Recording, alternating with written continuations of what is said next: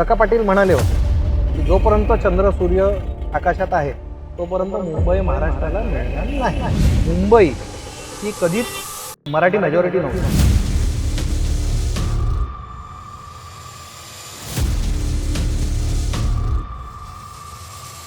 मुंबई जर महाराष्ट्राचा भाग झाली तर कम्युनिस्टांचं राज्य येईल आणि कम्युनिस्टांचं राज्य आलं तर आपले धंदे इकडे चालणार नाही.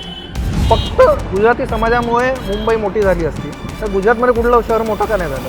आपल्याच राज्याच्या नागरिकांवर गोळीबाराची ऑर्डर द्यावी असं का झालं?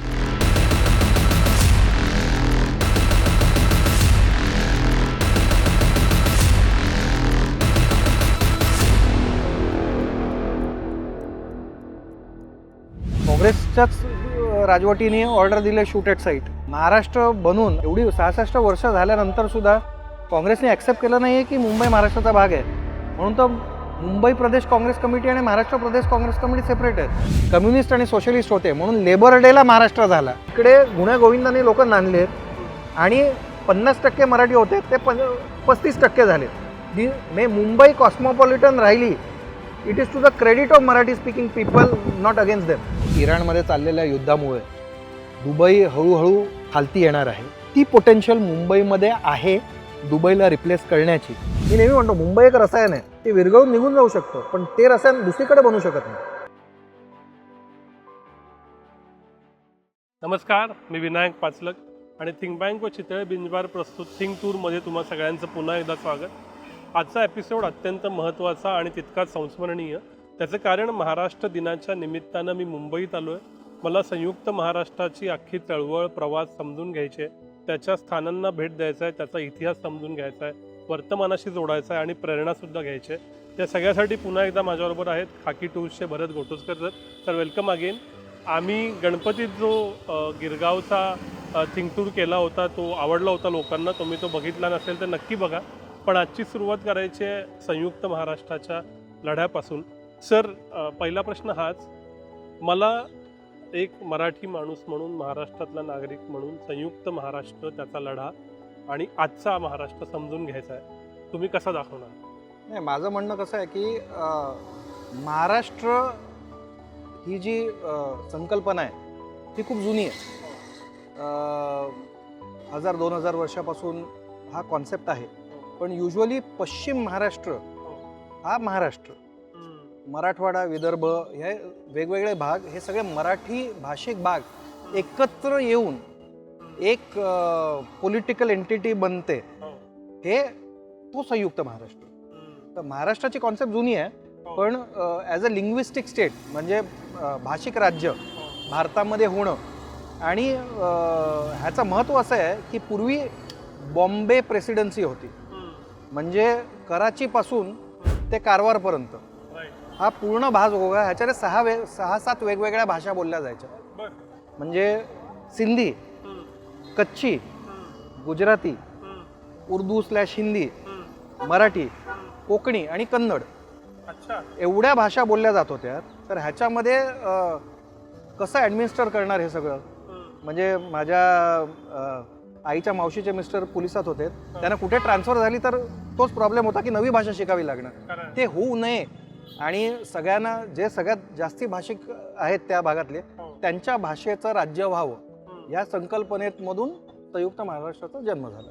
पण किती साली झाला? प्री इंडिपेंडन्स का पोस्ट इंडिपेंडन्स? कसं आहे की 1920 साली पहिला असा काँग्रेसमध्ये ठराव आला की आपल्याला भाषावर प्रांत कधीतरी आपल्याला स्वातंत्र्य मिळणार आहे पण तेव्हा आपण भाषावर प्रांतरचना केली पाहिजे. कारण त्या काळात गांधीजींनी म्हटलं होतं की जर जास्तीत जास्त लोकांना समजलं पाहिजे आपलं जे ध्येय आहे ते त्यांच्या भाषेत कळलं तर ते सोपं जाईल. तर या दृष्टीने त्यांनी तेव्हाच विचार केलेला होता की स्वातंत्र्य मिळाल्यावरती करू. आणि त्यावेळेला नेहरूंना सुद्धा तसंच वाटलं होतं. जेव्हा कालांतराने जेव्हा आपल्याला महाराष्ट्र झाला पाहिजे असं वेगवेगळ्या स्वातंत्र्य आधी मला वाटतं 1940मध्ये संयुक्त महाराष्ट्र झाला पाहिजे. 46मध्ये बेळगावला एक प्रस्ताव झाला होता की संयुक्त महाराष्ट्र झाला पाहिजे. हे सगळं होतं.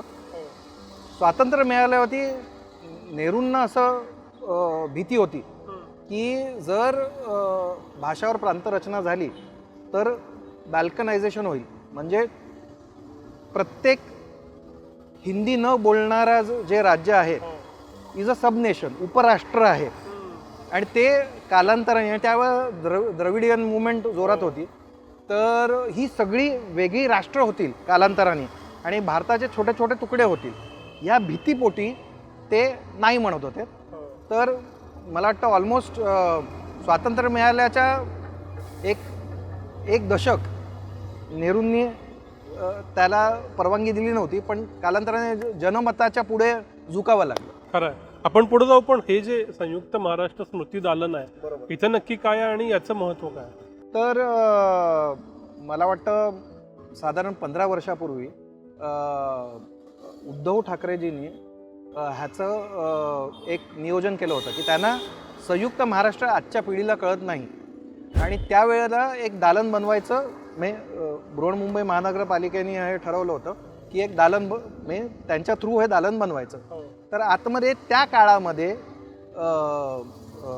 ज्या ज्या लोकांनी संयुक्त महाराष्ट्राकरता लढा दिला त्या सगळ्यांबद्दल माहिती आतमध्ये दिली आहे आणि महाराष्ट्राबद्दल सुद्धा माहिती दिलेली आहे. आपण नंतर एक जागा बघणारच आहोत चौपाटीला. तर तिकडे सखा पाटलांनी एक स्टेटमेंट केलं होतं की चंद्र सूर्य असेच तो महाराष्ट्राला मुंबई मिळणार नाही. आणि इंटरेस्टिंगली इकडे एक चंद्रावरचा दगड आणून ठेवलेला आहे की महाराष्ट्राला मुंबई मिळाली त्याला 50 वर्ष झाली आणि हे साक्षी करता आम्ही इकडे एक चंद्रावरचा दगड आणलेला आहे. तर मी आवर्जून सगळ्या प्रत्येक महाराष्ट्रातल्या माणसाला सांगेन की एकदा येऊन तो दगड बघायचा. नक्की. हो, आपण क्रॉस करूया आणि एकदा शिवाजी पार्क बघूया.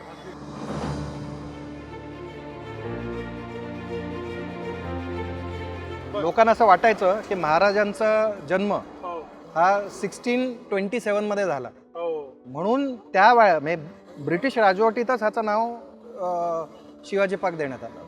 तर अवंतिकाबाई गोखलेंनी तेव्हा एक ठराव हे केलेला की ह्याचं नाव शिवाजी पार्क ठेवावं ब्रिटिश काळामध्ये. त्याच्या आधी ह्याला माहीम पार्क म्हणायचे, कारण माहीमच्या बेटावरती आहे म्हणून माहीम पार्क म्हणायचे.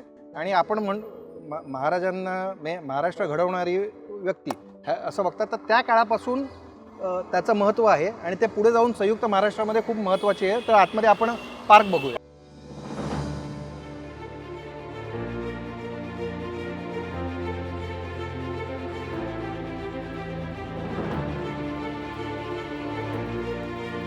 तर आपण शिवाजी पार्कात आहोत. आम्हाला पुढं क्रिकेट खेळणारी मुलं दिसत आहेत. शिवाजी पार्क हे सामान्य माणसाला दोन गोष्टींसाठी माहिती आहे माझ्यासारख्या, एक सचिन तेंडुलकर आणि दुसरी शिवसेनेची सभा. पण या शिवाजी पार्काचा मुळात संयुक्त महाराष्ट्राच्या चळवळीत काय स्थान आहे, काय वाट आहे आणि आज शिवाजी पार्क कसं महत्त्वाचं? पहिली गोष्ट म्हणजे एवढं मोठं पटांगण, क्रीडांगण असं म्हटलं तर मुंबईमध्ये खूप कमी आहे आणि हे इंग्रजांच्या काळातच बनवलं. पण हे सभांकरता सुद्धा मत देण्यात येऊ लागलं. तर संयुक्त महाराष्ट्र त्याच्या आधी स्वातंत्र्य चळवळी करता इकडे सभा झाल्या आहेत. संयुक्त महाराष्ट्राच्या मोठ्या मोठ्या सभा इकडे झालेल्या आहेत आणि सगळे दिग्गज नेते जे त्यावेळेला संयुक्त महाराष्ट्राकरता काम करत होते त्यांनी इकडे भाषणं दिलेली आहेत. खूप लोकांना म्हणजे शिवसेनेचा जन्म इकडून हे खूप लोकांना माहिती आहे, कारण बाळासाहेब ठाकरेंचं घर जवळच होतं इकडे आणि पहिली सभा इकडे झाली. पण ती महाराष्ट्राच्या जन्माच्या 6 वर्षानंतर झाली असं आहे. तर त्यामुळे इकडे महत्त्व जास्ती आहे की शिवसेनेच्या जन्माकरता संयुक्त महाराष्ट्र घडण्याची गरज होती आणि त्याची सुरुवात ही इकडून झालेली आहे. तर प्रबोधनकार ठाकरेंनी, अत्रेंनी, केवढ्या तरी लोकांनी इकडून सभांमध्ये एकदम गाजवली आहेत भाषणं त्यांची. आणि असाच डायस असतो? हो हो, युजली असंच असतं, कारण त्या बाजूला दादर स्टेशन आहे. तिकडून येताना मीनाताई ठाकरेंचा जो स्टॅच्यू आहे तिकडून तो एंट्रन्स आहे. तिकडून आल्या ती लोक इकडे आणि इकडे सभा असतात युजली असं ह्या. आणि पाठी जर बघाल सगळेजण याला शिवतीर्थ म्हणतात, कारण महाराजांचा पुतळा आहे आणि हा युनिक पुतळा आहे. कारण युजली महाराज तलवारी बरोबर असतात वगैरे, इकडे तलवार नसताना महाराष्ट्राला दिशा दाखवतात, कळलं ना. त्यांचा हात तलवारी हे नाही आहे, एक नवी दिशा महाराष्ट्राला मिळावी त्याच्याकरता बनलेला हा छत्रपती पुतळा. शिवाजी महाराजांनी दिशा दिलेला दिशा. महाराष्ट्र आणि बरोबर. त्याचं हे प्रतीक आहे. बरोबर आहे. तो आपण खाकी टूर्सच्या अर्बन सफारी जीपमधून भरत सरांबरोबर आता संयुक्त महाराष्ट्राच्या आठवणी बघायला जातो. माझा जीपमध्ये बसायचा पहिला प्रसंग आहे आणि ते सुद्धा जंगलात न जाता शहरात बसतोय, पण याचा आनंद आहे की खूप मोठा इतिहास बघायला चाललोय. तर चला जाऊया, निघूया. निघूया. आता पहिला स्टॉप हो. दादरमध्ये आपण जो करणार हो. तो म्हणजे सेनापती बापटांचा जो स्टॅच्यू आहे. बरं. आणि त्या काळामध्ये बहुतांश मराठी जे लीडर्स होते, हो. जे स्वातंत्र्य लढ्यामध्ये त्यांचं योगदान आहे, हो. त्यांनी संयुक्त महाराष्ट्राकरता त्यांचा सपोर्ट होता, बरोबर. त्यात काय डाऊटच नाही. तर पहिली जागा आपण बघूया सेनापती बापट. अगदी. सेनापती बापटांचं योगदान असं की हो. त्यांनी मुंबई महाराष्ट्राला मिळाली पाहिजे त्याच्याकरता समर्थन दिलं होतं. त्यांचं वजन होतं, ते एवढे मोठे स्वातंत्र्य सेनानी होते. हो. तर आणि दादर तर ह्या पूर्ण ह्याची कर्मभूमी होती. दादर परळ हा जो गिरगाव हा बेल्ट जो आहे हा संयुक्त महाराष्ट्राचा मेन लढा जिकडे झाला तो हा इकडेच झाला आणि ह्यांचं योगदान होतं. इकडून पुढे जाऊया, आपण ज्या एरियाला पोर्तुगीज चर्च असं म्हणतो तिकडे आपण आता जाऊया, कारण तिकडे प्रबोधनकर ठाकरेंचा पुतळा आहे. तर महत्वाचं आहे ते आपल्याकडे. तो पुण्यात सुद्धा सेनापती बापट रोड आहे. हो. पण सेनापती बापटांबद्दल किती जणांना माहिती असेल त्याच्याबद्दल मनात शंका येते. तर तुम्ही आता आपला सगळा सेटअप चालू होता त्यावेळी या बंगल्याबद्दल सांगत होता आणि मोडकांबद्दल सांगत हो. होता. तर आपण दोघं इंजिनियर आहोत, तर आपण 2 मिनिटं मोडक ते का इंजिनियर आहेत मला प्लीज सांगा. तर शिवाजी पार्क राहणाऱ्या कुठल्याही माणसाला माहिती आहे हा बंगला जो आहे तो नेहमी त्याला इंजिनियर मोडकांचा बंगला. अच्छा. आणि modak was one of the greatest engineers BMC ever had. स्वातंत्र्य मिळायच्या आधी सुद्धा आणि नंतर सुद्धा त्यांनी खूप मोठं योगदान दिलंय. एक मेयर मोडक प्लॅन म्हणून होता की मुंबई कशी प्लॅन झाली पाहिजे आणि त्यात त्यांचं योगदान होतं. BMCच्या खूपशा गोष्टी ज्या प्लॅनिंग झालं ते त्याच्यामध्ये इन्व्हॉल्ड होते. आणि मोडक सागर जे मुंबईला पाणी पुरवठा होतो हो, याच्याबद्दल आम्ही खूप ऐकतो. मोडक सागर भरलं, बरोबर, ओव्हरफ्लो झाला. तर त्यांच्यावरती नाव दिलेलं आहे मोडक सागर असं. म्हणजे आता वनिता समाज इकडे आहे, त्यात त्यांचा आणि त्यांच्या मिसेसचा मोठा पोर्ट्रेट आहे आतमध्ये. त्यांचं योगदान आहे, या केवढ्या तरी गोष्टींमध्ये योगदान आहे. आणि अप्रतिम बंगला आहे. म्हणजे जर तुम्ही कॉर्नर बंगलो इकडे आणि सेनापती बापटांच्या पुतळ्याच्या पाठीच सगळेजण बघू शकतात एकदम. कारण इकडूनच याच चौकातून थोडं पुढे गेल्यावरती त्यांचं निवासस्थान होतं. अच्छा. आणि आपण तो कसं आहे, कम्युनिस्ट आणि सोशलिस्ट ह्या दोन विचारधारी ज्या पॉलिटिकल पार्टीज होत्या त्यांनी पॉलिटिकल सपोर्ट दिला, पण एक इंटलेक्च्युअल सपोर्ट लागतो. तर त्याच्यामध्ये प्रबोधनकर ठाकरे, आचार्य अत्रे असे विचारवंतांनी सपोर्ट दिला. ते पॉलिटिकल लोक नव्हते.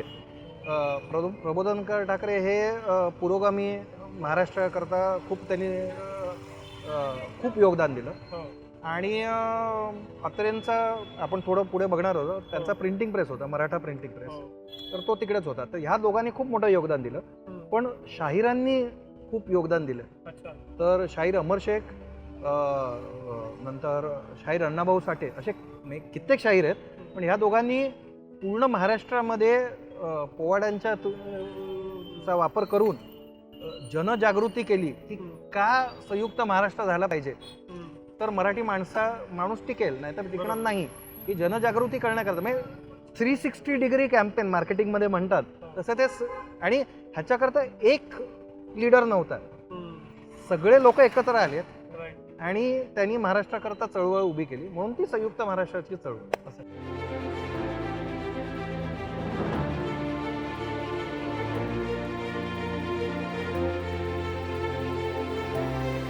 पण यातनं मला कायम फॅसिनेट करतं ती लेखणीची ताकद. बरोबर. आचार्य अत्रे असतील, प्रबोधनकर ठाकरे असतील, पोवाडे, शाहिरी, लेखणीनं महाराष्ट्र पेटवणं काय असेल ते. नाही, कसं आहे, तेव्हा लोक वाचायचे सुद्धा. आता फक्त ऐकतात. पण हे दोघंही म्हणजे प्रबोधनकर ठाकरे असो किंवा आचार्य अत्रे असो, दोघांची नुसतंच लिहिलेला शब्द नाही, बोललेला शब्द सुद्धा एवढा पॉवरफुल होता की जनसामान्य लोक पेटून उठायचे ह्याच्याकरता. तर आणि तसं म्हटलं तर गिरगाव, दादर, परळ, ते गिरणगाव, ते गिरगाव, आणि मग त्याच्यातून जो नवा एरिया तयार झाला हा दादर. इकडेच मग मेन सगळे कॉन्सन्ट्रेटेड होतं संयुक्त महाराष्ट्र. आता अमर हिंद मंडळ वगैरे हे सगळी खूप ठिकाणी अशी भाषणं झालीत त्या काळामध्ये, आणि छोट्या छोट्या वाड्यातून झालीत. मी गिरगावात मागे आपण आलेला होता तर आपण शांतारामाची चाळ पाहिली. ते संयुक्त महाराष्ट्राच्या दृष्टीने, गणपतीच्या दृष्टीने आधी स्वातंत्र्य लढ्यामध्ये त्याच्या आधी गणपती करतात आणि नंतर संयुक्त महाराष्ट्रामध्ये. तर all the greatest of greats या लोकांनी तिकडे भाषणं दिलेली आहेत. म्हणजे संयुक्त महाराष्ट्राच्या लढ्या आणि त्याच्या आधी स्वातंत्र्य चळवळीमध्ये सुद्धा. आपण इकडे येतोय आणि इकडे तुम्ही बघाल मोठं लिहिलेलं दिसतंय प्रबोधनकार ठाकरे चौक, आणि इकडे प्रबोधनकार ठाकरेंचा पुतळा आहे. आपल्याला खूप लोकांना प्रबोधनकार ठाकरे हे ठाकरे चित्रपटामध्ये पहिल्यांदा माहीत झाले. पुढच्या पिढीला ते महत्वाचं आहे. पण त्यांचा एक खूप मोठा पुरोगामी वारसा आहे. म्हणजे त्यांनी इकडेच प्लाझा सिनेमा आहे त्याच्या समोरच्या लेनमध्ये पहिली दुर्गापूजा चालू केली. कारण ब्राह्मणांचं वर्चस्व हे गणपतीवरती आहे, तर आपण दुर्गापूजा चालू करतो. असं खूप काय काय आंबेडकरांनी हिंदू धर्माच्या बाहेर गेले, हे आतमध्ये राहून त्यांनी रिफॉर्म केलं. हिंदू धर्मामध्ये राहून ह्यांनी रिफॉर्म केलं. तर हे दोन बाकी सगळेजण स्वातंत्र्य लढ्यामध्ये पुढे पुढे जात होते, पण ह्या दोघांनी आंबेडकरांनी आणि ह्यांनी हे रिफॉर्मिस्ट अजेंडा जो आधीपासून होता, म्हणजे लोकहितवादी असतील किंवा रानडे असतील, ह्या सगळ्यांचे जे विचार होते पुरोगामी विचार, ते पुढे नेण्याकरता खूप मोठं योगदान. म्हणजे जो आपण पुरोगामी महाराष्ट्र म्हणतो, बरोबर, विचाराची परंपरा जी म्हणतो, ती या सगळ्या लोकांमधून आली. शाहू फुले आंबेडकर हे सगळं जे आहे त्यात ह्या लोकांचं योगदान आहे. हे महत्वाचं आहे. ते खूपशा गोष्टीवरती त्यांनी त्यांचं हिंदुत्व एक वेगळं हिंदुत्व असलं तरी ते वेगळ्या कॅटेगरीचं हिंदुत्व होतं. मगाशी आपण दादरमध्ये आहोत म्हणून की आंबेडकर आणि सावरकर यांची घरही काही मीटरच्या अंतरावर जवळच आहेत. दादरमध्ये कित्येक जण सेनापती बापट असतील, हे ते सगळेजण एवढे जवळजवळ. तेव्हा मुंबई छोटीच होती हो, त्यामुळे त्याच्या आधीची जी पिढी होती ती सगळी गिरगावातच होती. असं आहे. एक गिरगाव, गावदेवी या एरियामध्ये सगळं होतं. त्याच्यानंतरची पिढी दादर, परळ या भागांमध्ये आपल्याला दिसतं. तर आता आपण चाललोय वरळीच्या दिशेने. अच्छा, तो गिरगावचा जो सातत्यानं उल्लेख होतोय, ते गिरगाव समजून घ्यायचा असेल तर आमचा आधीचा एपिसोड नक्की बघा, आणि खाकी टूर्सच्या गिरगावच्या टूरना पण तुम्ही येऊ शकता. आता आपण वरळीकडे चालू. वरळीकडे. अच्छा,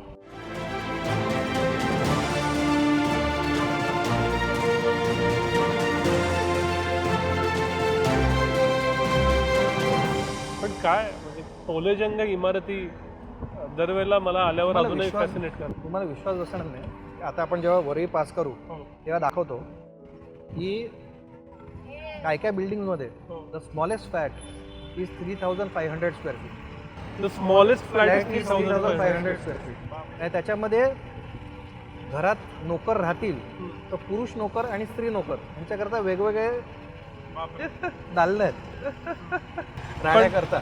पण मला हा प्रश्न किती उचित आहे ते माहीत नाही. ह्या सगळ्या स्काय स्क्रॅपर्समध्ये मराठी कुटुंब किती असतील माहिती नाही. कसं आहे, पूर्वी सुद्धा म्हणजे संयुक्त महाराष्ट्राच्या आधी सुद्धा जर तुम्ही बघाल एक पॅरेटो लॉ असतो.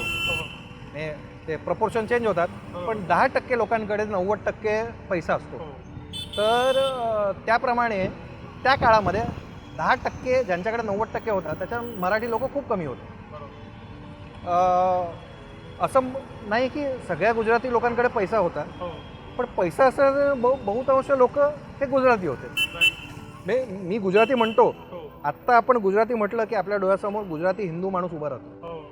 तर ते गुजराती जैन असू शकतील, गुजराती मुसलमान असू शकतील, बोरा, खोजा, कच्छी, मेमन आणि पारशी, हे सगळेच गुजराती भाषिक होते. आणि मी एक जनरली पाहिलं आहे, जो सुपीक भाग नसतो तिकडे ट्रेडर मेंटॅलिटी बनते, कारण काहीच स्थानिक जागेत बनत नाही, आपल्याला कुठेतरी जाऊन काहीतरी आपलं करायचं आहे, म्हणून ते ट्रेडिंग मेंटॅलिटी हे तुम्ही जर बघा सिंध, राजस्थान आणि गुजरात, कारण तिकडे काही पिकत नाही जास्ती, म्हणून ते दुसरीकडे जाऊन धंदा चालू केला त्यांनी, असं आहे. पण हा जो मराठी गुजराती वाद आहे, हो, आता आमची पिढी तर फारच नवीन आहे, ती हो. तर तिला फार हे नंतरच दिसतंय. हो. हा कसा इव्हॉल्व्ह झाला, का आला, गुजरात्यांना मुंबईबद्दल एवढं आकर्षण काय? नाही कसं आहे, दिस इज अ ट्रेडर्स टाउन, म्हणजे सुरुवात झाली हे व्यापारी केंद्र म्हणूनच झाली, आणि असं नाही की बिगर गुजराती व्यापारी नव्हते. तर महाराष्ट्रातला वाणी समाज असो, सोनार समाज असो, गोवा आणि कोकणातून सारस्वत ब्राह्मण असो, किंवा कोकणी मुसलमान असो, हे मराठी भाषिक लोक होते जे धंदा करत होते मुंबईमध्ये. पण ह्यांच्याकडे if I may use the word cartel नव्हती, की एकत्र येऊन आपण एकमेकांना मदत करू आणि मोठे होऊ, अशी मानसिकता जनरली मराठी माणसामध्ये नाही. म्हणून आणि मराठी माणसाला ते पूर्वीपासून पोस्टात चिकटला पोरगा तर मी आनंदी आहे असं. तर पण जर तुम्ही बघाल, आत्ता मी नेहमी म्हणतो दलित मिलियनर्स हा एक कॉन्सेप्ट आहे, आणि बहुतांश दलित मिलियनर्स हे सगळे मराठी आहेत. एखाद दुसरा अपवाद असेल उत्तर भारतातून वगैरे, पण कल्पना सरोज असो किंवा राज कांबळे माझा चांगला मित्र आहे वगैरे, हे सगळेजण हे मराठी लोक आहेत. मी ज्या ज्ञातीतून येतो ते गोव्यामध्ये होते, तिकडे ट्रेडर्स होते, आम्ही मुंबईत येऊन मराठी झालो आणि धंदा विसरलो कदाचित. बरोबर. पण याचं अस्मितेशी नातं कसं गेलं? आजही मुंबई केंद्रशासित प्रदेश होईल, मुंबईबद्दलची एक इन्सिक्युरिटी आहे मराठी माणसात, ती कुठून आली? त्याला या लढ्यात काय नक्की? नाही, इन्सिक्युरिटी म्हणजे पहिल्यापासून आपण समजलं पाहिजे की मुंबई ही कधीच मराठी मेजॉरिटी नव्हती. हे पहिले तर 100-150 वर्षात ट्रेडिंग लोकच होते, तिकडे ट्रेडर्सच होते. त्यामुळे ही अहिंदू आणि अमराठी अशी शहर होतं पहिले 100 वर्ष. हे मराठी शहर झालं औद्योगिकरण आल्यावर. 1860 नंतर जेव्हा औद्योगिकरण मुंबईमध्ये यायला लागलं, त्या कोकणातून बहुतांश लोक कोकणातून, आणि त्याच्यानंतर जे लोक आलेत ते थोडे सातारा, थोडे पुण्याच्या ग्रामीण भागातून वगैरे असे लोक आलेत मुंबईमध्ये. कसं आहे की पैसा असतो, त्याला पैशाचा थोडा गर्व असतो, गुजराती समाजाकडे पहिल्यापासून होता. आणि त्यांनीच तर तसं म्हटलं तर ट्रेडिंगच्या थ्रू इंग्रजांबरोबर खांद्याला खांद्या लावून Mumbai as a trading, Mumbai जेव्हा मॅन्युफॅक्चरिंग चालू होतं तेव्हा मराठी माणसाचं खूप मोठं योगदान आहे. त्याच्या आधी आहे पण धंद्यात नाही. मुंबईमध्ये तुम्ही जर म्हटलं शिक्षण ह्याच्याकरता पुरोगामी वाटचाल, सेफ्टी, खूपशा गोष्टीमध्ये पोलीस यंत्रणा ही आधीपासूनच मराठी माणसाच्या हातात होती. म्हणजे असं नाही की नंतर झाली. भंडारी मिलिशिया म्हणून सुरू झाली आणि त्याच्यातून ती मोठी झाली. तर फक्त गुजराती समाजामुळे मुंबई मोठी झाली असती तर गुजरातमध्ये कुठलं शहर मोठं का नाही झालं? हे फक्त मराठी माणसामुळे झाली असती तर दाभोळ, वेंगुर्ला मोठं व्हायला हवं होतं ना. दोन वेगळे समाज एकत्र आलेत आणि they were not competing for the same thing. तर ते उगाचच भांडतात, त्यांना कळत नाही, ते एकमेकांना कॉम्प्लिमेंट करतात, ते कॉन्ट्राडिक्ट करत नाहीत. ते त्यांची उगाचच एनर्जी ह्याच्यामध्ये घालवतात की दे आर ॲक्च्युली कॉम्प्लिमेंटिंग. आणि त्यामुळे मुंबई मोठी आहे की दोन मेन समाज एकमेकांबरोबर कॉम्पीट करत नाहीत, ते कॉम्प्लिमेंट करतात. राईट. ते सलील त्रिपाठींचं एक पुस्तक आहे गुजराती म्हणून, नुकतंच हो आलं. हो हो त्याच्यात ते असं म्हणतात, त्यांचा एक पॉडकास्ट ऐकत होतो हो की 93 सालानंतर मुंबईवरचा गुजराती प्रभाव ओसरत गेला, कमी होत गेला, आणि मग गुजरातीतली शहरं वाढली आणि त्याचं त्यांना एक प्रकारे खेद पण होता. तर काय आहे? नाही, मला असं वाटतच नाही. 93 म्हणणं चुकीचं आहे, कळलं ना. आपण एक कंपॅरिझन करूया की दुसरं शहर कुठलं असं, म्हणजे जिकडे दोन समुदाय ते मागत होते, तर ते होतं मद्रास. मद्रासमध्ये एक 60 किंवा 65% तमिळ भाषिक लोक होते. बाकी आपल्यामध्ये आता कॉस्मोपॉलिटनमध्ये हिंदी बोलणारे असं नाही, पण मल्याळम, कन्नड आणि तेलुगू म्हणजे second most spoken tongue was Telugu.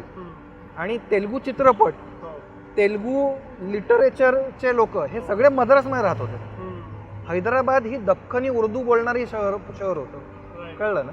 आणि जेव्हा मद्रास तमिळनाडूला मिळालं तेव्हा त्यांनी लोकांना ढकललं बाहेर, तेलगू भाषिकांना बाहेर काढलं. तेलगू सिनेमा हा हैदराबादला जावा लागला. इकडे तसं झालं नाही, कळलं ना. इकडे गुण्यागोविंदाने लोक नांदलेत आणि 50% मराठी होते ते 35% झाले. मुंबई कॉस्मोपॉलिटन राहिली. It is to the credit of Marathi speaking people, not against them. So आपण आता जिकडे येतोय बाजूची एक गल्ली आहे इकडे, कोको कोला कंपाऊंड म्हणून, सॉरी कॅम्पा कोला कंपाऊंड म्हणून लोकांना माहिती आहे. तिकडे मराठा प्रिंटिंग प्रेस होता. हां, वरळीमध्ये, या गल्लीमध्ये, पुढच्या गल्लीमध्ये, कळलं, चौकातून आतमध्ये गेल्यावरती. आणि समोर तुम्हाला पुतळा दिसतोय. खूप लोक येता जाता त्यांना वाटतं डॉक्टर आंबेडकरांचा पुतळा आहे, कारण काळा कोट घातलेला माणूस आहे असं, आणि काही पुस्तक वगैरे हातात आहे, तर लोकांना असं वाटतं डॉक्टर आंबेडकरांचा पुतळा आहे. नाही आहे, हा आचार्य अत्रेंचा पुतळा आहे. आणि माझे वडील पत्रकार होते, तर ते म्हणालेत की लहान असताना मी खूप वेळा ऐकलंय की अत्रेंचं योगदान नसतं तर कदाचित मुंबई महाराष्ट्राला मिळाली नसती. एवढं म्हणजे त्यांनी जसं ताणून धरलं आणि जनसामान्यामध्ये एक असं म्हणजे ते ज्वलंत असं ते व्यक्तिमत्व होतं. त्यांनी जेवढं त्यांच्या वाणीमधून आणि लेखणीतून दोन्ही सामान्य मराठी माणसाला पुढे ढकललं, तर ते नसतं तर कदाचित झालंच नसतं. आणि इंटरेस्टिंगली कुठल्याही दुसऱ्या लिडरवरती 2 स्टेशन मुंबईमध्ये नाव दिलेलं नाही. म्हणजे टिळक अपवाद आहेत, टिळकांच्या नावावरती एक आहे, पण ते सोडलं. आणि छत्रपती शिवाजी महाराजांवरती नंतर देण्यात आलं. पण मोनोरेलवरती एक आचार्य अत्रे, मी राहतो त्याच्याच बाजूला आहे, आचार्य अत्रे नगर आहे, आणि हा आचार्य अत्रे चौक हा मेट्रो लाईनवरती आहे. तर अत्रेंच्या नावावरती मुंबईमध्ये 2 स्टेशन्स आहेत. तर this is the most fitting tribute to Atre, की त्यांचं योगदान हे अजरामर केलेलं आहे ते 2 स्टेशन्स मधून. आणि अर्बन 21st सेंचुरी इन्फ्राला एक्झॅक्टली एक मेट्रो आणि एक मोनो आहे, म्हणजे ती रेग्युलर लोकलचं. पण मला वाटत नाही हे प्लॅनने झालंय, बरोबर, हे असंच झालं. काही काही कोइन्सिडन्स खूप मोठे आहेत, राईट. तर आता आपण जेव्हा जवळ येतो तेव्हा तुम्हाला तो स्टॅच्यू दिसेल अत्रेंचा. हो, पण अत्रे ही जी व्यक्ती आहे, आम्ही तर त्याच्याबद्दलच्या कथा, दंतकथा ऐकत आलो. तुम्ही काय सांगाल त्यांच्याबद्दल? संयुक्त महाराष्ट्रामध्ये अप्रतिम contribution, the best. Political base असेल पण इंटलेक्च्युअल, आणि ते एका माणसाच्या ह्याच्यावरती you need a star campaigner. तर without doubt Atre was the star campaigner. हुतात्मे तर आहेतच ते, त्यांचं तर सर्वाधिक योगदान आहे. पण त्याच्यानंतर समजा 10 नेत्यांची नावं घ्यायची झाली की ज्यांच्यामुळं संयुक्त महाराष्ट्र झाला, तर ती 10 नावं कोणती असतील? तर डांगे सर्टनली. तुम्ही जर बघाल तर बाळासाहेब ठाकरेंनी सुद्धा एकदा म्हटलेलं होतं की कोण इन्स्पिरेशन असेल तर डांगे. डांगेन एवढं ओरेटर महाराष्ट्राने बनवलं नाही असं खूप जण सांगतात. मी तर ऐकलेलं नाही आहे, पण डांगे, SM जोशी, अत्रे सर्टनली, प्रबोधनकार ठाकरे, शंकरदेव. आणि आपण मगाशी बोललो तर शंकरदेवांनी एका सभेमध्ये प्रॉमिस दिली होती की मुंबई महाराष्ट्रात राहू दे आणि आम्ही ते कॉस्मोपॉलिटन शहर राहील ह्याची आम्ही काळजी घेऊ. हीच प्रॉमिस स्टेज टू डेट की अजूनही मुंबई कॉस्मोपॉलिटन आहे. तर ते प्रॉमिस दिले. म्हणजे you have to compare it with Madras, की मद्रास ही तमिळ भाषिक शहर बनवलं जे नव्हतं. म्हणजे लादलं गेलं लोकांवरती की आता तुम्ही तमिळ बोला. इकडे लादलं गेलं नाही. कारण मुंबई आणि मद्रास ही तुलनाच आम्हालाही माहित नाही की अरे दोन शहरं होती आणि एक शहर असं वागलं आणि दुसरं शहर. एक्झॅक्टली. तर मी नेहमीच म्हणतो हे मराठी माणसाचा ग्रेटनेस आहे की त्यांनी हे होऊ दिलं नाही. आणि अजूनही तुम्ही बघाल तर कोणी लादत नाही. पण जेव्हा समोरचा म्हणतो मी नाही बोलणार, तेव्हा मग पडसाद उठतात, प्रतिक्रिया निघते लोकांची, असं आहे.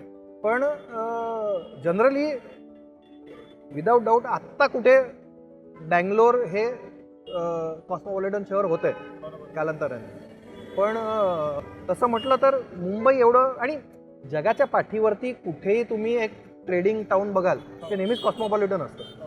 नाही मला त्या ह्याच्यावरनं आठवलं, मेट्रोपॉलिटन नेचरवरनं आपण येत असताना हा बसला सुद्धा रांगेत लोक उभी राहतात. हो हे मुंबईतच हो, घडतं, हो, मला हो. जेवढं माहिती आहे त्याच्यानुसार. मुंबईचा ट्रॅफिक सुद्धा बऱ्यापैकी शिस्तीचा असतो. राईट. इकडे रात्री 3 वाजता सुद्धा कोणी पोरीची छेड काढत नाही. हो पण मला वाटतं हे महाराष्ट्राचं कल्चर आहे जनरली, महाराजांच्या वेळीपासून. इकडे आपल्याला पूर्ण हे दिसतोय, रेसकोर्स दिसतोय. अच्छा. हे हाजी अलीचा दर्गा उजवीकडे, थोडं पुढे गेल्या दिसेल, आणि समोरच महालक्ष्मी. तर ते म्हणतात ना की एक मुंबईमध्ये म्हणतात ना कि मुंबा देवी जाने के लिए मस्जिद स्टेशन उतरना पड़ता है और हाजी अली जाने के लिए महालक्ष्मी उतरना पड़ता क्या है. बात आहे. तर that shows the cosmopolitan nature of the गर्दी आहे. गर्दी आहे. आणि समोरच आहे, इकडे महालक्ष्मीचं मंदिर आहे. हो, जे आपण जो आलो, हो. हे एका मराठी माणसाने बांधलेलं डाईक आहे. कळलं ना, रामजी शिवजी प्रभू म्हणून एक होते, हो. त्या मराठी माणसाने बांधलेला बंधारा आहे, हो. ज्याच्यामुळे मुंबईमध्ये पाणी येत नाही. अच्छा. आणि हे ऑलमोस्ट 300 वर्षापूर्वी बांधलेलं आहे. बरं. आणि तो बांधला जात नव्हता, म्हणून त्यांनी महालक्ष्मी साकडं घातलं आणि त्याचं मंदिर बांधलं इकडे. हो. तर तेव्हापासून अच्छा, महालक्ष्मी मंदिराची ही कथा आहे. हो. आणि त्याला लागूनच धाकलेश्वर महादेव आहे, ते सुद्धा धाकजी दादाजींनी बांधलेलं आहे, ते पण मराठी होते.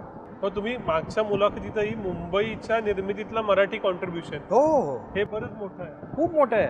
म्हणजे तुम्ही बघाल तर पहिले एल्फिन्स्टन कॉलेजमध्ये पहिलं जे महाविद्यालय झालं, विल्सन आणि एल्फिन्स्टन, त्याच्यामध्ये पारशी हो, आणि मराठी हो, हे केवढे तरी होते. हो. म्हणजे 90% लोक आहे पारशी आणि मराठी, ह्यांच्याकडे 90%, बाकीचे लोक खूप नंतर आले. Right. म्हणजे गुजराती समाज उच्च शिक्षणाकरता खूप नंतर आला, कारण त्यांचा फोकस सगळा होता ह्याच्यावरती.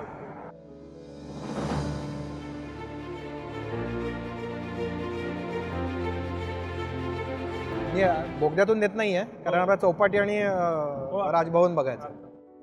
कारण राजभवनला आपण म्हणतो ना की यशवंतराव चव्हाणांनी मंगल कलश आणला, महाराष्ट्राचा आणला, तो राजभवनात आणला, म्हणून आपण तिथपर्यंत जाऊन तर तिथे जाईपर्यंत जे दोन प्रश्न मनात आहे. हो. 47 ते 60 हम्म. अशी 13 वर्ष का लागली? 47 ते 60 हा. अशी 13 वर्ष का लागली या लढ्याला? ऍक्च्युली कसं ह्याच्याकरता एका तेलुगू लिडरचं खूप मोठं कॉन्ट्रीब्युशन आहे. त्यांचं नाव होतं पोट्टी श्रीरामलू, अच्छा. आणि ते 50 एक वर्षाचे होते तेव्हा. ते गांधीवादी नेते होते, आणि त्यांचं म्हणणं होतं की आंध्रा स्टेट झाली पाहिजे. म्हणजे सातवाहन डायनेस्टीला आंध्र डायनेस्टी म्हणतात, ज्याचा जन्म पुण्याच्या इकडे झाला. आंध्र मावळ ह्याच्यावरून आंध्र प्रदेशचं नाव आहे. आंध्र प्रदेशचं नाव आहे, कळलं ना? कारण सातवाहन डायनेस्टी तिकडून त्यांचं हे झालं, आणि अमरावती तिकडे कॅपिटल झाली. तर ते आपल्याला त्या डायनेस्टी वंशज मानतात सातवाहनांचे, आणि म्हणून त्याचं नाव आंध्र स्टेट असं त्यांनी सांगितलं. आणि तेव्हा त्यांना हवं होतं पोट्टी श्रीरामलूंना की मद्रास कॅपिटल झाली पाहिजे त्या तेलुगू भाषिक राज्याची. आणि ते पंडित नेहरूंना नको होतं. आधीच मी सांगितलं बाल्कनायझेशन होईल, म्हणजे उपराष्ट्र होतील आणि नंतर वेगळी राष्ट्र होतील, ह्याच्याकरता त्यांनी सांगितलं आपल्याला नाही करायचं आहे. पण पोट्टी श्रीरामलू अडून बसले, आणि ते फास्ट अनटू डेथ, म्हणजे आमरण उपोषण चालू केलं. आणि भारताच्या इतिहासात 2च लोक असे आहेत जे उपोषण करून त्यांचा मृत्यू झाला. एक जतींद्र दास की काहीतरी असं नाव आहे, आणि दुसरे पोट्टी श्रीरामलू. तर ते 2 महिन्या त्यांनी उपोषण केलं, आणि बाय द टाईम नेहरूंच्या सरकारने त्यांच्यावर वाटाघाटी सुरू करायच्या आधी ते गेले आणि मद्रासमध्ये गेले. त्याच्यानंतर आत्ता जो पूर्ण आंध्र प्रदेश आहे आत्ताचा, तिकडे खूप खूप जास्त दंगली झाल्या आणि जाळपोळ झाली, आणि मग शेवटी नेहरूंना आंध्र स्टेट द्यावी लागली. म्हणजे आत्ता जे आंध्र प्रदेश आहे, तेलंगणा सेपरेट झाला, तो ओरिजिनल होता. त्याच्यानंतर हैदराबाद स्टेट ही 3 भागामध्ये तोडण्यात आली. मराठवाडा महाराष्ट्रात आला, ज्याला हैदराबाद कर्नाटक म्हणतात. म्हणजे बिदर, गुलबर्गा वगैरे हे कर्नाटकाला देण्यात आलं. जो राहिला त्याला तेलंगणा म्हणतात. तो तेलंगणा झाला, आणि मग नंतर तो स्टेट दिल्यावरती आधी कुर्नूलला हे होती, राजधानी होती, आणि मग नंतर हैदराबादला शिफ्ट करण्यात. तर मग तेव्हा सगळे जे बुद्धिजीवी तेलुगू होते ते हैदराबादला आले. तोपर्यंत नव्हतं. फिल्म इंडस्ट्री हैदराबादला आली, तोपर्यंत एकाच स्टुडिओमध्ये तेलुगू आणि तमिळ भाषेत चित्रपट बनवत होते, तिकडेच बनवत होते. तर हे नाही झालं ना. हिंदी चित्रपटसृष्टी आपण फेकून नाही दिली उत्तर भारतात जाण्याकरता, तिकडेच राहिली.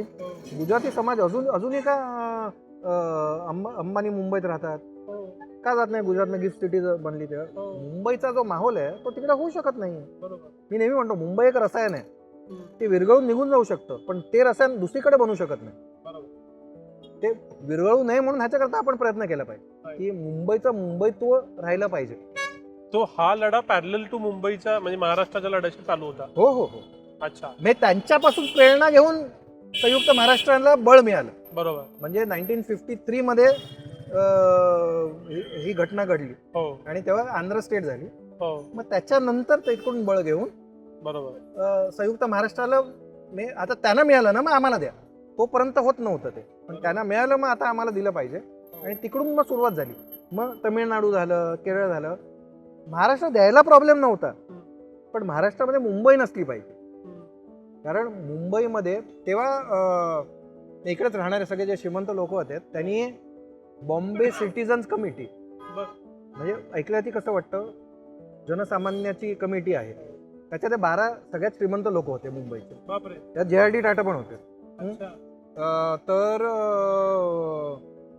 हे सगळे लोक जे होते ते एकत्र आले. 12 श्रीमंत लोक जे सगळे गुजराती भाषिक होते, त्यांच्या मिल्स होत्या, धंदे होते, जे काय होतं ते, आणि त्यांना मुंबई महाराष्ट्रात आलेली नको.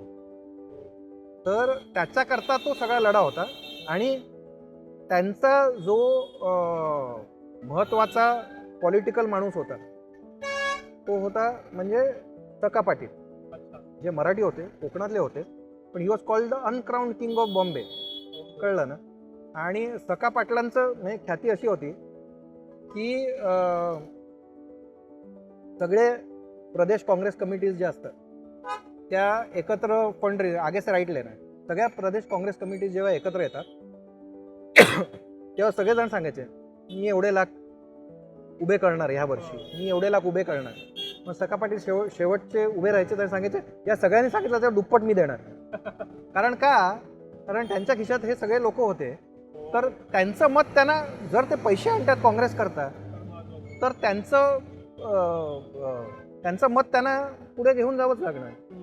तर आपण 2 ठिकाणी बघणार. सखा पाटील उद्यान पण आहे पुढे गेल्यावरती एकीकडे, आणि चौपाटीला जेव्हा जिकडे ते म्हणाले होते की मुंबई महाराष्ट्र कधीच मिळणार नाही असं. तर ह्या 2 गोष्टी आपण, सखा पाटलांचा विरोध होता आणि मोरारजी देसाईंचा विरोध होता. पण आपण मोरारजी देसाईंचं कृत्य आपण हुतात्मा चौकाला पोचल्यावरती बोलू. तोपर्यंत आपण बिंज बार खाऊ. तरी घ्या. हो, राईट. एकदम लाईट आहे. भारी इनोव्हेशन आहे. भाषावर राज्य का असावी? सगळ्यात बहुतांश लोक जर एक भाषा बोलत असतील तर पोलीस यंत्रणा असो, न्याय यंत्रणा असो, शिक्षण असो, हे सोपं होतं. तर आता जर मराठी भाषिक भाग हा 3 वेगवेगळ्या political entities, central provinces and Berar, म्हणजे बेरार म्हणजे वराड, विदर्भ तिकडे होतं. निजाम, हैदराबादचा निजाम होता, त्याच्या प्रॉपर्टीमध्ये, त्याच्या राज्यामध्ये मराठवाडा होता, आणि पश्चिम महाराष्ट्र आणि कोकण हे बॉम्बे प्रेसिडेन्सीमध्ये. या तिघांनाही एकत्र आणणं. आता मेन प्रॉब्लेम काय होता की नागपूरवाल्यांचं म्हणणं की आम्ही कॅपिटल आहोत ना, आम्ही का देऊ. पण त्यांना एक कन्व्हिन्स करण्यात, अकोला पॅक्ट म्हणतात त्याला, जिकडे त्यांना कन्व्हिन्स केलं की नाही, इससे भी अगला आहे. हे हे मुख्यमंत्र्यांचं निवासस्थान आहे. तर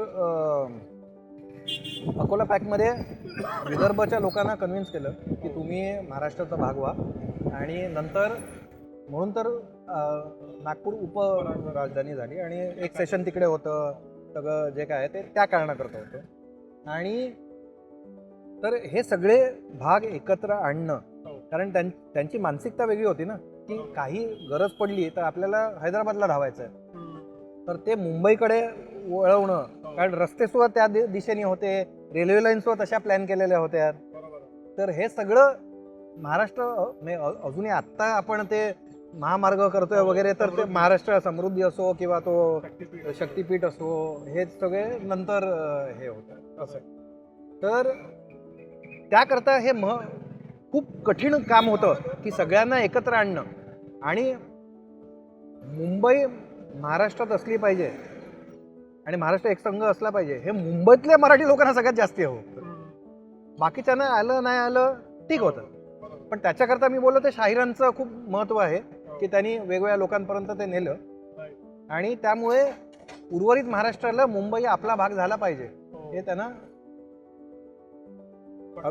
पटवून दिलं.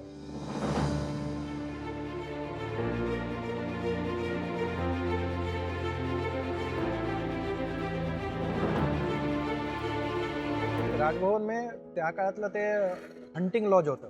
अच्छा. मी 160-170 वर्षापूर्वी इकडे फॉक्स हंट्स व्हायचे. हे मुंबईचं वाईल्ड वेस्ट होतं. मग जेव्हा औद्योगिकरण आलं आणि तेव्हा सगळे श्रीमंत लोकांची घरं ही भायखळा आणि परळला होती, तर धूर तिकडे जातो आणि त्यांना त्रास होतो. म्हणून मग गव्हर्नर पण इकडे शिफ्ट झाला. गव्हर्नर इकडे शिफ्ट झाल्यावरती सगळे श्रीमंत लोक मलबार हिलवर. अच्छा. तेव्हा जे जंगल सगळं कापून ह्याच्यावरती प्लॉट्स बनवण्यात आले. त्याआधी आता इमारती आल्यात. आधी बंगले आले, बंगले तोडून इमारती आल्यात, इमारती तोडून आता स्काय स्क्रेपर्स येतात. आता ह्या तोडून काय बनणार देवाला ठाऊक. पण राजभवनाचं महत्व असं की आपण खूप वेळेला ऐकतो की यशवंतराव चव्हाणांनी महाराष्ट्राचा मंगल कलश म्हणजे तिन्ही भाग एकत्र केले आणि मुंबईत आणले. आणि ते पहिले मुख्यमंत्री महाराष्ट्र एकत्र केला आणि त्याचे पहिले मुख्यमंत्री झाले. पण त्याची जी अनाउन्समेंट होती ही राजभवन म्हणजे तो सोहळा जो झाला हा राजभवनात झाला आणि पंडित नेहरू त्याकरता आलेले होते. महाराष्ट्राचा मंगल कलश इकडे आला. तर म्हणून मी बोललो की इथपर्यंत आलं पाहिजे की हे. आणि आता नाव बदललंय, राजभवनचं लोकभवन करण्यात आलंय. राज्यपाल इथे राहतात, राज्यपाल इकडे राहतात आणि बाकी सगळीकडे एक मोठं राजभवन असतं. इकडे 3-4 वेगवेगळी ही आहे. आता इकडून आपण खालती उतरू. मलबार हिलच्या पायथ्याशी जिकडे बीच आहे तिकडे 4 छोटे वहाळ, कोकणात वहाळ म्हणतात, मला बाकीकडे काय म्हणतात मला माहिती नाही. छोटे रिव्ह्युलेट्स, कळलं ना, ओढे. 4 ओढे, त्यांचं पाणी यायचं म्हणून चौपाटी. ही जगातली एकमेव चौपाटी आहे. तुम्ही पुणेवाले कोल्हापूरवाले उगाच तिथल्या कुठल्या भागाला चौपाटी, जगामध्ये एकच चौपाटी आणि ती ही आहे. म्हणजे जुहू चौपाटी नाही, दादर चौपाटी नाही, ते बीच आहेत. जगामध्ये एकमेव चौपाटी ती ही आहे. ऍक्च्युली गिरगाव चौपाटी सो म्हणायचं, फक्त चौपाटी म्हणायचं. गिरगाव बाजूला आहे कारण गिरगाव म्हणायची गरजच नाही, कारण ही एकमेव चौपाटी. चौपाटी हा शब्दच एक 7 पाटी आहे. पालघरला 7 पाटी आहे आणि इकडे चौपाटी. बस. चौपाटीचं महत्व काय आहे की इकडे नेहमी पॉलिटिकल ऍक्टिव्हिजम खूप महत्वाचा होता. सभा इकडे व्हायच्या. विष्णुबुवा ब्रह्मचारींनी मला वाटतं ख्रिस्ती पादऱ्यांबरोबर संवाद, समुद्रकाठचे संवाद ते चौपाटीवरती ठेवले. आणि तेव्हा काय लाऊडस्पीकर नव्हता, काय नव्हता. तेव्हापासून सभा होत्या, कळलं ना. मग नंतर स्वातंत्र्य लढ्यामध्ये जेव्हा लोकमान्य टिळक म्हटलं की पुणे किंवा रत्नागिरी पहिले येतं, पण मुंबईत केवढं तरी राहून गेलं. मुंबईमध्ये खूप मोठं त्यांच्या कार्यामध्ये मुंबईचं खूप मोठं योगदान आहे. आणि मुंबईच्या जडणघडणीमध्ये सुद्धा टिळकांचा खूप मोठा वाटा आहे. टिळकांचा मृत्यू मुंबईमध्ये झाला. क्रॉफर्ड मार्केटच्या बाजूला तर सरदार गृह म्हणून जे निवासस्थान होतं. आणि तेव्हा एवढं मोठा जनसमुदाय आहे ना, जेव्हा मुंबई 8 लाखाची होती तेव्हा 2 लाख लोक आले. तर मग काय करायचं, तर अर्जंटली परमिशन घेतली की चौपाटीला अंत्यसंस्कार झाले पाहिजे. आणि म्हणून त्यांचं स्मारक, जिकडे त्यांचं अंत्यसंस्कार झाले तिकडे त्यांचं स्मारक आहे. तर चौपाटी ही खूप महत्वाची आहे. मग जेव्हा दांडी सत्याग्रह झाला तेव्हा इकडे पण मीठ बनवलं. सगळ्या चळवळीमध्ये चौपाटीचं खूप महत्त्व आहे. आणि त्याच्यामध्ये संयुक्त महाराष्ट्राच्या वेळेला जेव्हा काँग्रेसला दाखवायचं होतं की हे नाही, मुंबई महाराष्ट्राचा भाग झाला नाही पाहिजे, ते मोरारजी देसाईंनी आणि तका पाटलांनी इकडे लोकांना एक भाषण दिलं होतं, ज्याच्यामध्ये तका पाटील म्हणाले होते की जोपर्यंत चंद्र सूर्य आकाशात आहे तोपर्यंत मुंबई महाराष्ट्राला मिळणार नाही. ते इकडे झाले.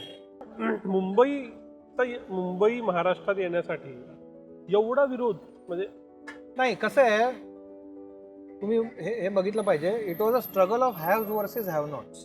कामगार वर्गामध्ये हो 90% लोक मराठी होते, जे श्रीमंत लोक होते त्याच्यामध्ये 90% गुजराती होते.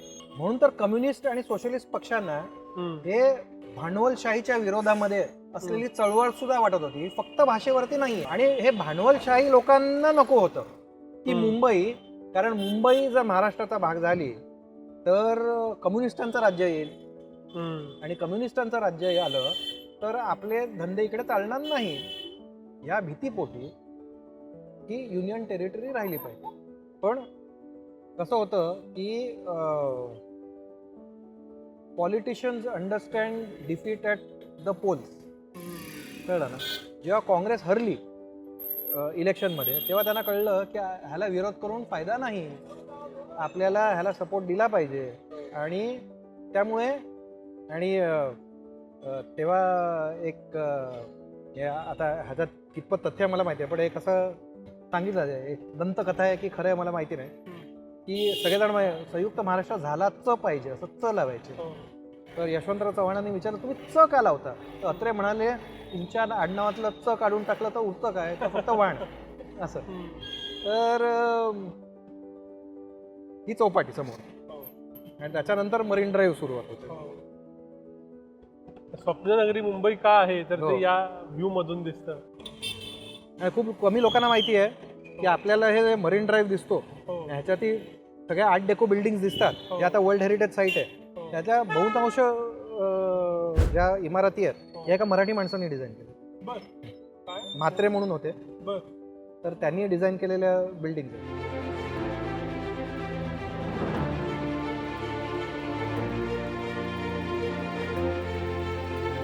सर आपण उभे आहोत ते RBIच्या समोर. आपण आजचा एपिसोड करतोय महाराष्ट्राबद्दल. RBIचं काय त्याच्याशी कोरिलेशन?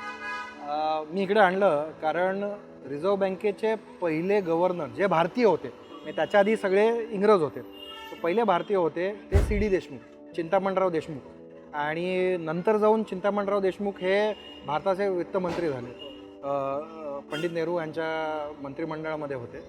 आणि जेव्हा नेहरू ह्याच्या विरोधात होते की मुंबई महाराष्ट्राला मिळाली नाही पाहिजे, तेव्हा चिंतामणरावांनी रेसिग्नेशन दिलं आणि बाहेर पडले मंत्रिमंडळातून. तर तेव्हा आचार्य अत्रे म्हणालेले चिंतामणी महाराष्ट्राचा कंठमणी झाला.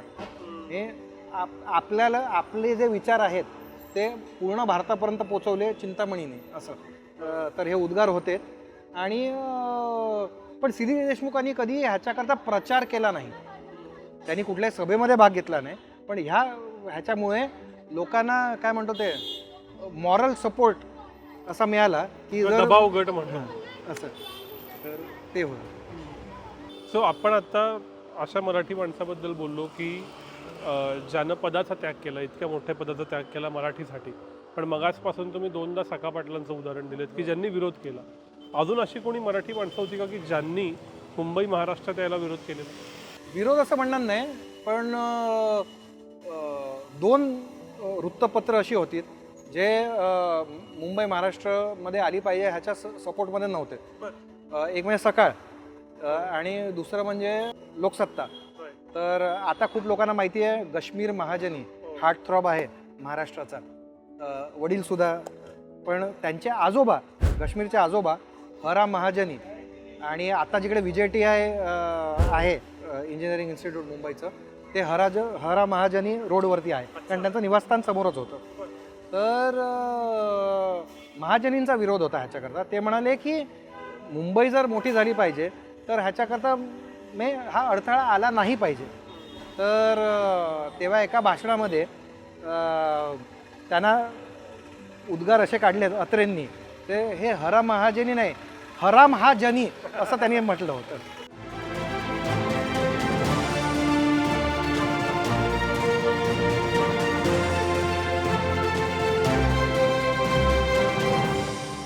तर आपण मुंबईतल्या आयकॉनिक हेरिटेज बिल्डिंग्स पाशी आहोत. CSMT आहे, BMC आहे. इथं या बिल्डिंग्सचा, या जागेचा आणि संयुक्त महाराष्ट्र चळवळीचा काय संबंध? खूप महत्त्वाचं आहे, कारण केवढे तरी जी खूपशा सभा झाल्यात या आझाद मैदानवरती झाल्या. म्हणजे ह्या इकडेच तर जसं शिवाजी पार्क आपण बोललो तसं इकडे पण झाल्यात. कामगार मैदान आहे, नरे पार्क आहे, या सगळ्या ठिकाणी वेगवेगळ्या ठिकाणी अशा सभा झाल्यात. आझाद मैदान बऱ्यापैकी मोठं आहे आणि लोकांना यायला सोपं आहे, म्हणून लोकांनी इकडे येऊन इकडे जे काय वाद झाले त्याच्यानंतर इकडून मोर्चा निघाला.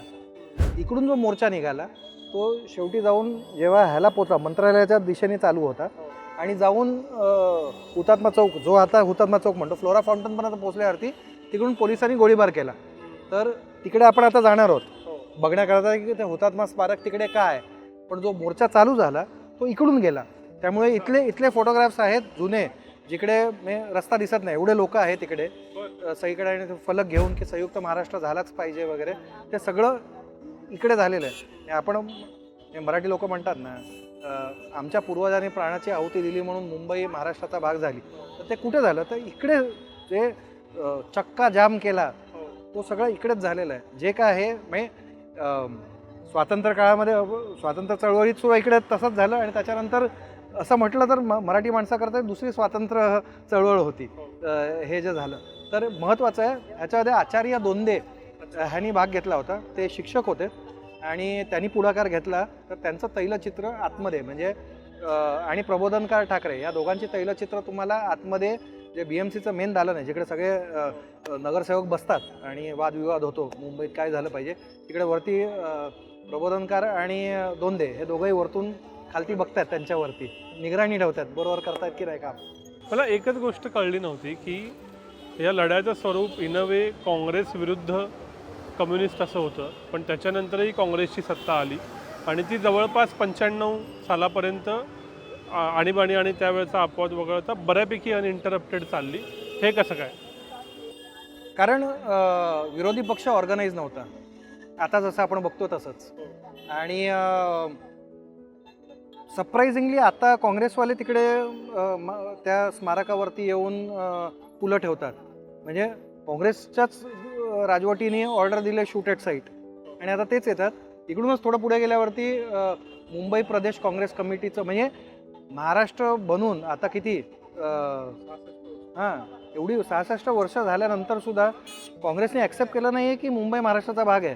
म्हणून तर मुंबई प्रदेश काँग्रेस कमिटी आणि महाराष्ट्र प्रदेश काँग्रेस कमिटी सेपरेट आहेत.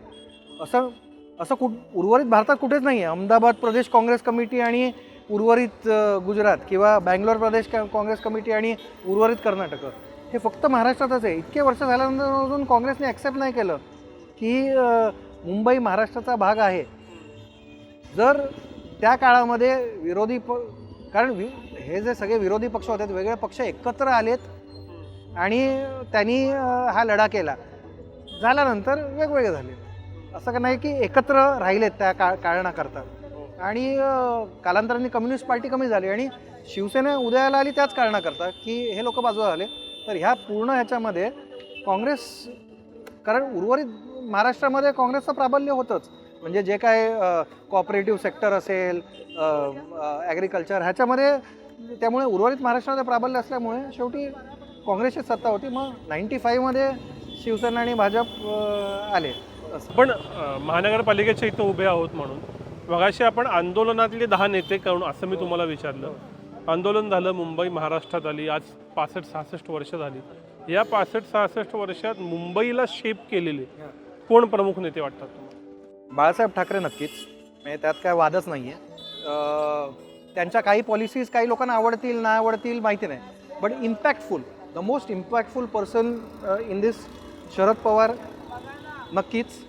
आता कदाचित आपण म्हणू जेव्हा मुंबई 3.0 वगैरे येईल, Fadnavis are the 3 most impactful people in terms of making a change in this city, असं मला वाटतं. बाकी मग येत जात राहतील, पण मला वाटतं हे 3 लोकांचं लास्टिंग इम्पॅक्ट मुंबईवरती राहील. आता the way things are going, असं माझं प्रेडिक्शन आहे. If all these intervention are successful, या 3 लोकांचं सगळ्यात जास्त इम्पॅक्ट मुंबईवरती राहील. हे महाराष्ट्र झाल्यावरती बरोबर टू अ ग्रेट एक्सटेंट. मी हे पण म्हणेन की यशवंतराव चव्हाण, कारण त्यांनी इंडस्ट्रियल पॉलिसी चांगली राबवली, त्यामुळे MIDC हे ते वगैरे जे काय महाराष्ट्रामध्ये झालं, औद्योगिकरण आणखी वाढलं, हे जे भीती होती की औद्योगिकरण निघून जाईल, तर हे 4 नेते मला वाटतं आपण बघू शकतो.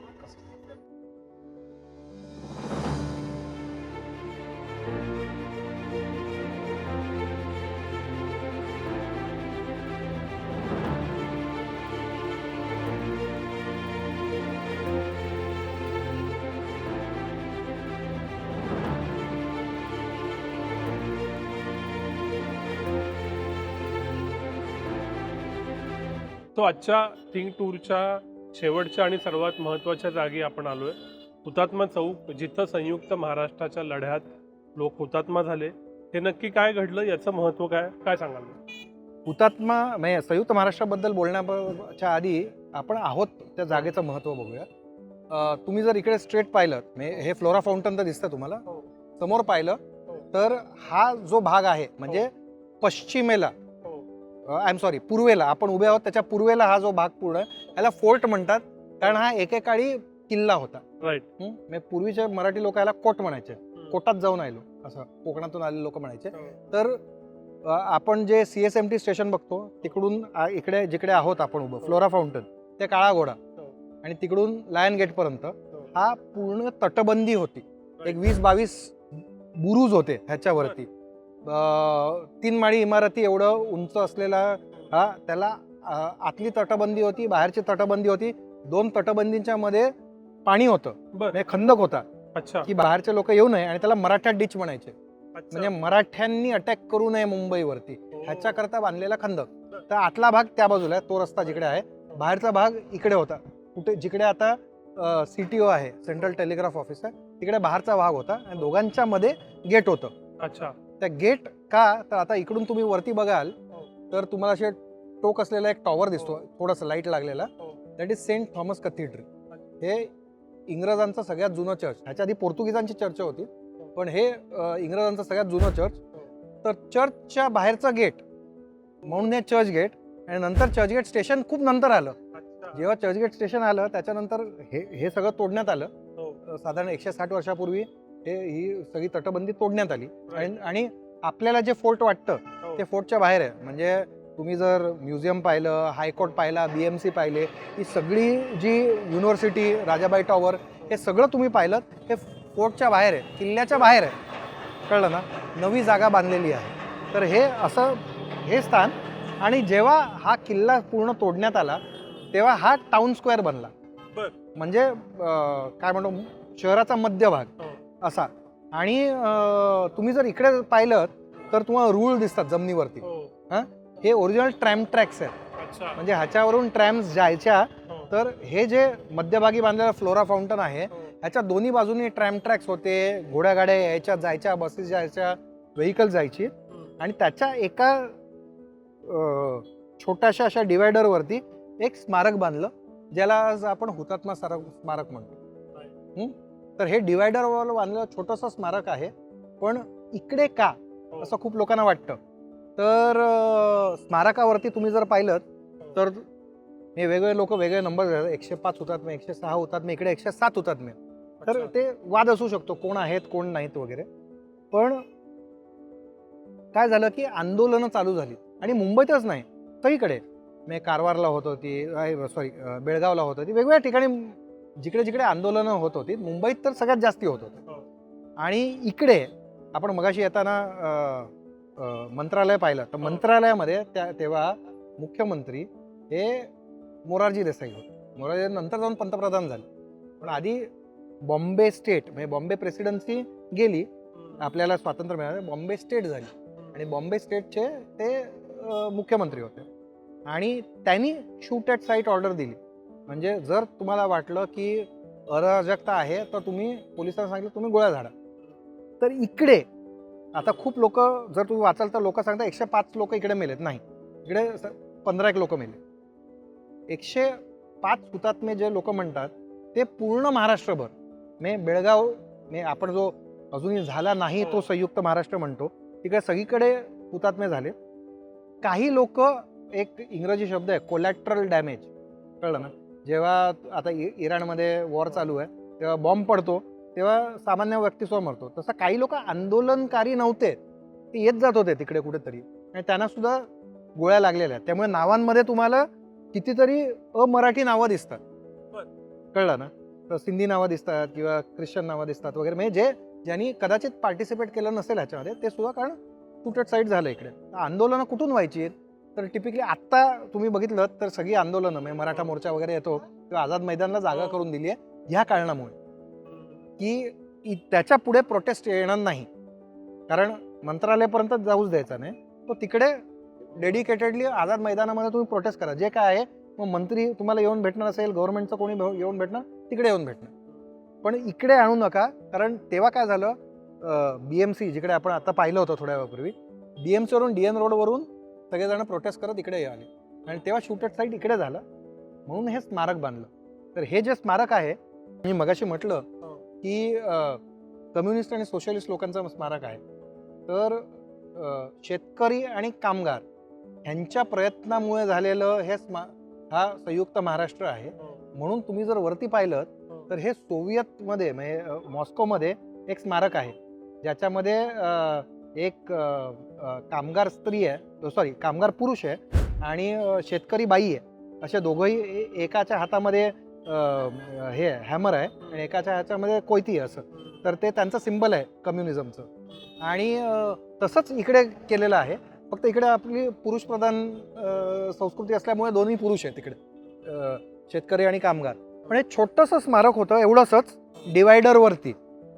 जेव्हा शिवसेना सत्तेत आली BMC मध्ये आणि तेव्हाच महाराष्ट्राचं सिल्वर ज्युबिली होती, 25 वर्ष झालेली, तेव्हा हे स्मारक एक्सटेंड करण्यात आलं. कळलं ना? म्हणजे छोटं स्मारक होतं, ते मोठं केलं.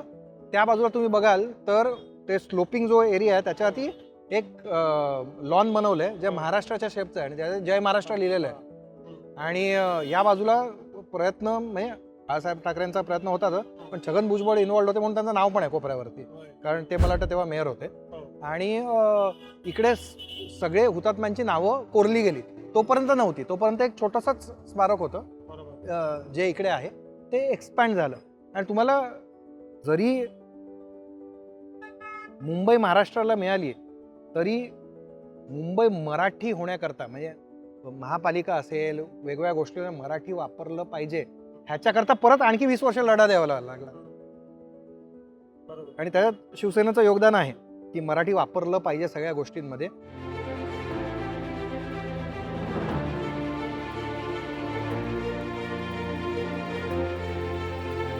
आपल्याच राज्याच्या नागरिकांवर गोळीबाराची ऑर्डर द्यावी असं का झालं? मोरारजी होते गुजरातमधले, आता ज्याला आपण गुजरात भाग म्हणतो, आणि गुजराती भाषिक पूर्ण बॉम्बे स्टेटमध्ये मॉनिटरीली डॉमिनेट करत होते. तर हे त्यांचे रिप्रेझेंटेटिव्ह होते. लोक प्रश्न विचारतात, मोरारजी गुजराती होते, गुजरातची जागा घेणार. लोकांचा खंत ही होती, सखा पाटील आपला माणूस असून आपली हे घेत नाही. तर पण मोरारजींचं मुंबईवरचं प्रेम काय कमी झालं नाही.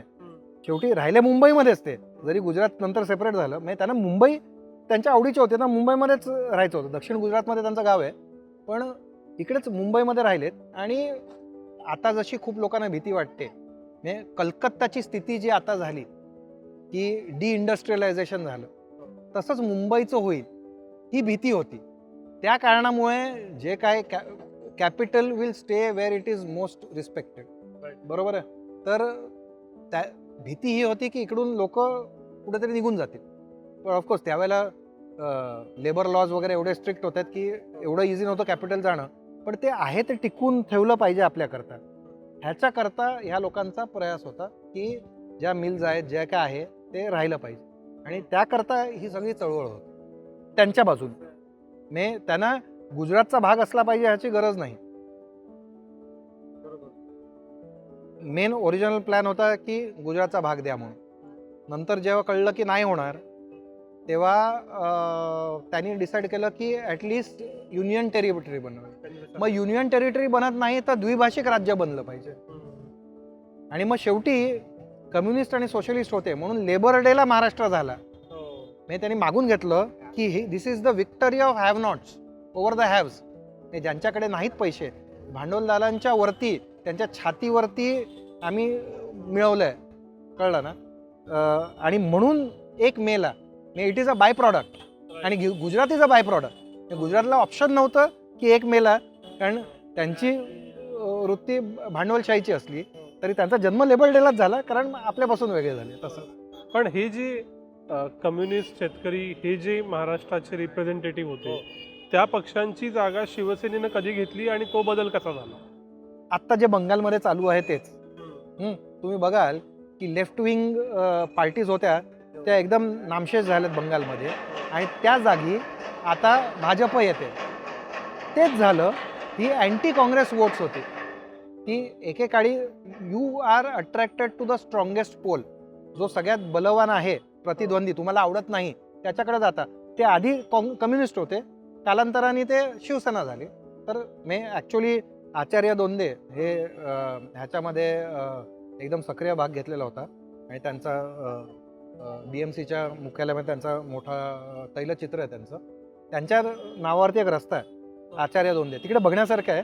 एका इमारतीवरती एका बाजूला शिवसेनेचे भगवा झेंडा लागला, एका साईडला लाल बावटे लावलेले अजूनही दिसतात. मी 6 महिन्यापूर्वी पाहिलं तेव्हा तरी होतं. That transition can actually be seen की कसं व्हॉट वॉज द रेड बॅस्टियन. आणि अक्षरशः जर कम्युनिस्ट बलवान राहिले असते तर मुंबईचा कलकत्ता झालं असतं. मुंबई आत्ता आहे तशी वाढली नसते. It's a fact. असं आहे. तर you have to have balance. म्हणजे लेबर लॉज पाहिजेत, लेबरच्या कामगार वर्गाच्या करता कोणीतरी बोललं पाहिजे, ह्याच्यात वाद नाही. पण you have to have win win situation. तर ते महत्त्वाचं आहे. तर असं आहे. तर कम्युनिस्ट होते म्हणून ती सिम्बल्स अजूनही आहेत सगळीकडे मुंबईमध्ये. शेवटचा प्रश्न, शेवटचा मुद्दा. 1 मेच्या निमित्तानं आपण एपिसोड करतोय. आपल्याला महाराष्ट्र मिळून, संयुक्त महाराष्ट्र मिळून 66 वर्ष झाली. आज एक मराठी माणूस म्हणून, महाराष्ट्राचा नागरिक म्हणून मी काय विचार केला पाहिजे, मुंबईकर म्हणून तुम्ही अख्ख्या जगाला मुंबई दाखवता म्हणून तुम्ही काय सांगा? माझं म्हणणं एकच आहे, 2 प्रकारच्या पॉवर्स असतात. एक हार्ड पॉवर असते आणि एक सॉफ्ट पॉवर असते. आता खूपशा वेळेला आपण बंगाली चित्रपट चांगलाच असतो, बघितला नाही तरी, किंवा रवींद्र संगीत, टागोरांचं संगीत हे छानच असतं. ऐकलं नसलं तरी किंवा तुम्हाला त्यातलं समजत नसतं, that is soft power. Everything French is nice. किंवा चित्रपटातून पंजाबी कल्चरची सॉफ्ट पॉवर असते. म्हणून आपल्या मराठी लग्नांमध्ये सुद्धा आता संगीत होतं आणि हे सगळं होतात. ती सॉफ्ट पॉवर. मराठी माणसांनी सॉफ्ट पॉवर बिल्ड नाही केली. त्याच्याकडे एवढं म्हणजे कल्चर एवढं स्ट्रॉंग असताना, संस्कृती आपली एवढी स्ट्रॉंग असताना आपण सॉफ्ट पॉवर बिल्ड केली नाही, आपण हार्ड पॉवर बिल्ड केली. तर मला असं वाटतं की कलकत्त्यामध्ये बंगाली नसणारा माणूस राहतो, तो बंगाली बोलायला लागतो कारण दे सॉफ्ट पॉवर. मराठी माणसांनी सॉफ्ट पॉवर बिल्ड केली पाहिजे. Migration is inevitable. जगाच्या पाठीवरती जिकडे समृद्ध प्रदेश आहे तिकडे कमी समृद्ध असलेल्या प्रदेशातून लोक येतच राहणार, त्यात काय वाद नाही. आता मी उदाहरण देतो की आता जिकडे तेलंगणा आहे तिकडून कामाठी नावाची एक कम्युनिटी मुंबईत आली. महात्मा फुलेंनी त्यांना सांगितलं तुम्ही मराठी झालं पाहिजे आणि त्यांच्यावरती मराठी संस्कृती, भाषा कशी तुम्ही त्याचं अनुसरण केलं पाहिजे हे त्यांनी सांगितलं, कळलं ना. आणि ते आता सगळे बहुतांश लोक जरी त्यांची मूळ भाषा तेलुगू असली तरी ते मराठी बोलतात. तर तुम्ही सॉफ्ट पॉवर बिल्ड केली पाहिजे. आणि जर हे राज्य प्रगत झालं पाहिजे तर इकडे एंटरप्रेनरशिप ही आली पाहिजे. धंदा चालवणारे लोक पाहिजेत. जर तुम्ही धंदा करायला शिका, आता जे धंदा करतात त्यांना सपोर्ट करा, त्यामुळे ही इकॉनॉमी सुधरेल. माझ्या ते दोन्ही केलं पाहिजे. आणि सॉफ्ट पॉवर बिल्ड करणं, Korea is a great example. 15-20 वर्षापूर्वी कोण कोरियन फूड खात होतं, कोण K-पॉप बघत होतं, कोण K-ड्रामा बघत होतं, कोणीच बघत नव्हतं. कोणीतरी सॉफ्ट पॉवर बिल्ड केली ना, की तुम्ही बिल्ड करू शकता. कारण तुमच्याकडे you have all the right ingredients. You have to make the right recipe out of it and Maharashtra will be a success with Mumbai as the काय म्हणू, जो मणी क्राऊन ज्वेल मुंबई आहे. आणि आता इराणमध्ये चाललेल्या युद्धामुळे दुबई हळूहळू खालती येणार आहे. आत्तापर्यंत this was the most trusted city in the world, की जिकडे आपण काही धंदा करू शकतो. आणि ती पोटेन्शियल मुंबईमध्ये आहे दुबईला रिप्लेस करण्याची. ह्याच्याकरता आत्ताच्या सरकारने पुढच्या 5 ते 10 वर्षामध्ये बरोबर पावलं उचललीत तर महाराष्ट्राची इकॉनॉमी 1 ट्रिलियन काय 2 ट्रिलियन होऊ शकते आणि Mumbai will continue to be the crown jewel of Maharashtra. हे मुंबईतून सगळीकडे हे वाढवण बंदर बनतंय, सगळ्या मुंबई 3.0 वगैरे वगैरे. हे जर बरोबर केलं तर मुंबई विदाऊट डाऊट परत अप प्रिमा इन इंडिस म्हणजे भारतातलं अग्रगण्य शहर, जे इंग्रज लंडनच्या नंतर second most important city in the British Raj is Bombay असं म्हणायचे, तर ते अप प्रिमा इन इंडिस ही परत बनेल अशी आशा करतो. महाराष्ट्रानं आपली सॉफ्टवेअर बनवली पाहिजे हा मेसेज घेऊन महाराष्ट्र दिनाचा हा थिंक टूरचा विशेष भाग आपण इथंच थांबूया. भरत सर, खूप खूप आभार की तुम्ही पुन्हा एकदा नेहमीप्रमाणे इतकी छान टूर दिलीत, आम्हाला इतिहास सांगितलात. इतिहासावर वर्तमान उभं राहतो, भविष्य रेखलं जातं, ते नक्की रेखलं जाईल या शुभेच्छांसह इथंच थांबूया. धन्यवाद.